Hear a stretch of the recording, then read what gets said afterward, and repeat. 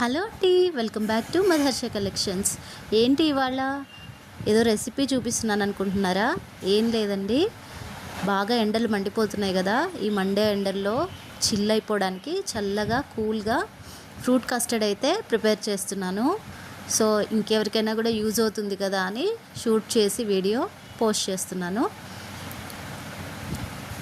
మీరు కూడా చూసేయండి, యూజ్ అయితే మీరు కూడా ట్రై చేయొచ్చు.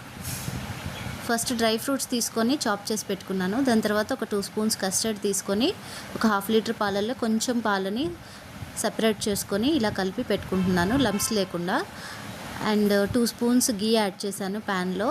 మనం ముందుగా చాప్ చేసి పెట్టుకున్న డ్రై ఫ్రూట్స్ని యాడ్ చేసి గోల్డెన్ కలర్లో వచ్చే వరకు రోస్ట్ చేసుకోవాలి.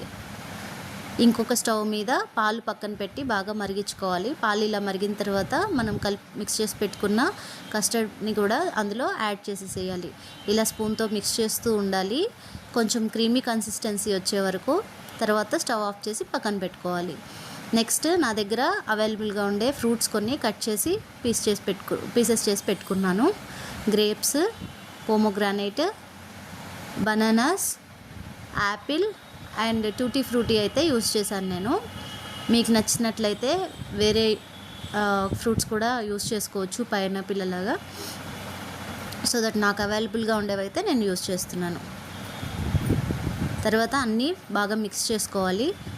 నెక్స్ట్ మనము రోస్ట్ చేసి పెట్టుకున్న గీలో రోస్ట్ చేసి పెట్టుకున్నాం కదా, ఆ డ్రై ఫ్రూట్స్ అన్నీ కూడా యాడ్ చేసి బౌల్లోకి సర్వ్ చేసుకోవడమే.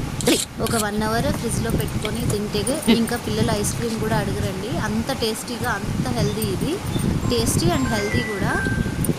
నచ్చితే మీరు కూడా ట్రై చేసేసేయండి. వీడియో నచ్చితే ఒక చిన్న లైక్ చేయండి. అండ్ ఇలాంటి వీడియోస్ కోసం ఛానల్ని మాత్రం సబ్స్క్రైబ్ చేసుకొని ఫాలో అవ్వండి.